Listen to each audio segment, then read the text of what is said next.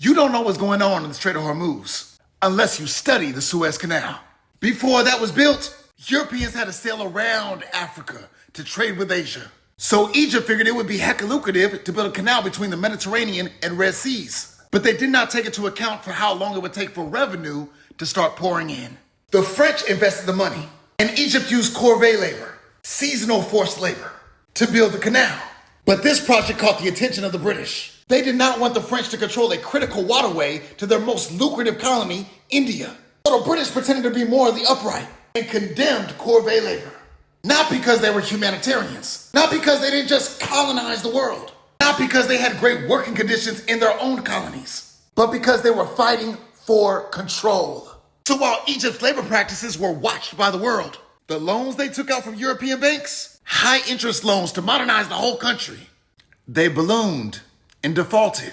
So the British came in and purchased their debt, meaning the British now had a major stake in the Suez Canal Company and much of Egypt.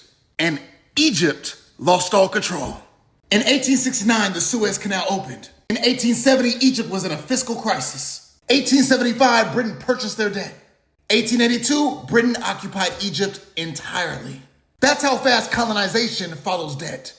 After 60 years of occupation, the people finally overthrew the British-backed monarch in 1952 and pushed Britain's military out of the country. Europe lost their minds because in 1956, Egypt nationalized the Suez Canal, meaning all revenue flowed back into the country and the people living in it.